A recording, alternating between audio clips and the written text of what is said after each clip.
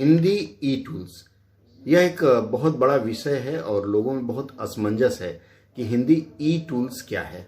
आज हम बात करेंगे कंप्यूटर के ई टूल्स के बारे में। विभिन्न प्रतियोगी परीक्षाओं, विशेषकर जो यूपीएससी लेती है या फिर हिंदी के लिए जो भी परीक्षाएं आती हैं, उनके सिलेबस में ई टूल्स नाम से एक पाठ दिया हुआ रहता है। ई टूल्स को लेकर लोगों में बहुत असमंजस है। आज इसके बारे में मैं बताऊंगा, फिर आगे आप स्वयं कर पाएंगे।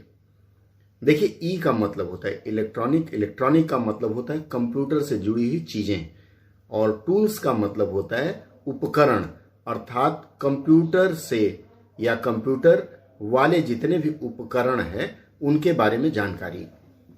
अब प्रतियोगी परीक्षाओं में अगर ई टूल्स लिखा हुआ है, इसका मतलब है कि आपको कंप्यूटर की जानकारी होनी चाहिए। बेसिक कंप्यूटर, कंप्यूटर में क्या क्या चीजें होती हैं, जैसे कीबोर्ड, सॉफ्टवेयर, स्क्रीन, मॉनिटर, ये छोटी छोटी चीज है। ये जानकारी अगर आपको है तो इसके बाद विस्तार से दूसरी जानकारी होनी जरूरी है। कंप्यूटर बेसिक जानकारी पर मैंने 2 सत्र किया था, वो वीडियो आपको इस वीडियो के डिस्क्रिप्शन में दे रहा हूं, आप उसे देख सकते हैं। अब आते हैं हिंदी ई टूल्स पर। हिंदी ई टूल्स में सबसे पहले आता है कीबोर्ड। कीबोर्ड का मतलब है कि टाइपिंग के लिए जो कीबोर्ड आप प्रयोग करते हैं।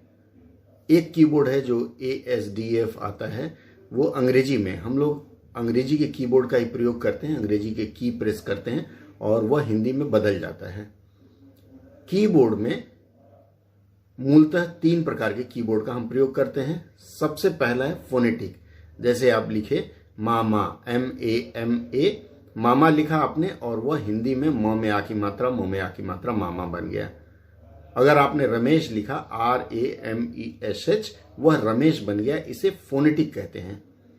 आपको बताऊं कि फॉन्ट से कोई मतलब नहीं बनता है, हम यहाँ कीबोर्ड की बात कर रहे हैं। फॉन्ट की बातों पर भी हमने एक वीडियो बनाया हुआ है, उसको भी मैं इस डिस्क्रिप्शन में डाल दे रहा हूं, आप देख लीजिएगा। तो ये हो गया पहला फोनेटिक, जिसमें जैसा हम बोलते हैं वैसा ही टाइप होता है। दूसरा कीबोर्ड है इनस्क्रिप्ट। इनस्क्रिप्ट का मतलब होता है कि ये भारत सरकार का पेटेंट किया हुआ है। आप अगर एक कीबोर्ड में सीख लेते हैं टाइप करना, 7 दिन में आप पारंगत हो सकते हैं। तो इनस्क्रिप्ट कीबोर्ड में अगर एक भाषा में आप सीख गए, हिंदी में सीख गए, तो भारत की 22 भाषाओं में एक ही कीबोर्ड, एक ही जगह, जहां हिंदी में क आएगा वहीं बांग्ला में भी क आएगा, वहीं गुजराती में भी क आएगा, मलयालम में भी क आएगा।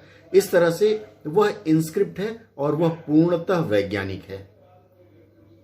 आपके दाहिने हाथ की उंगलियों पर अक्षर होते हैं, वर्ण, और उसकी मात्राएं या वर्तनियां कह लीजिए बाएं हाथ पे होते हैं। इसके ऊपर भी मैंने वीडियो डाला हुआ है, उसका भी विवरण मैं आपको डिस्क्रिप्शन में दे देता हूं।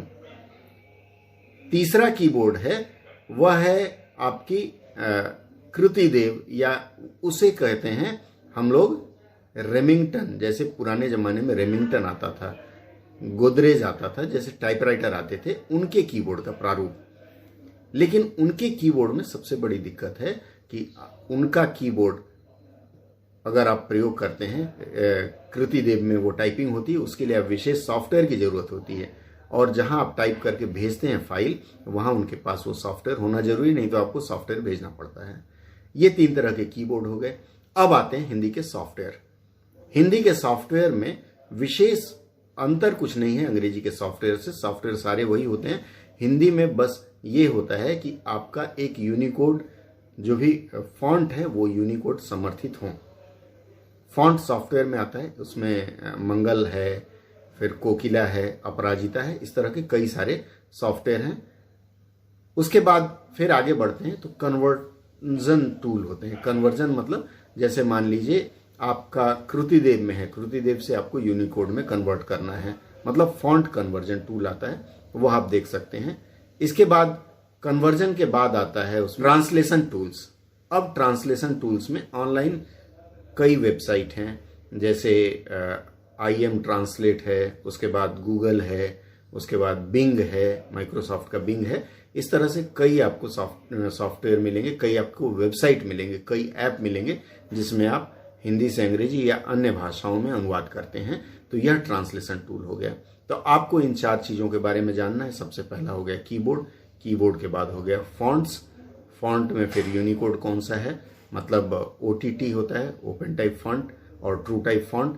और उसके बाद हो गया कन्वर्जन टूल्स, अर्थात आपको फॉन्ट कन्वर्टर जानना है। उसके बाद आप ट्रांसलेशन टूल।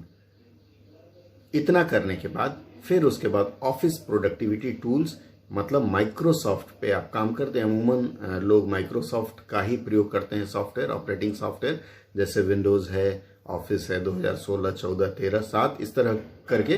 तो इसके बारे में आपको थोड़ी बहुत जानकारी इकट्ठा करनी है और इसी से संबंधित वस्तुनिष्ठ प्रश्न, ऑब्जेक्टिव टाइप प्रश्न आते हैं परीक्षाओं में। अच्छे से तैयारी करें।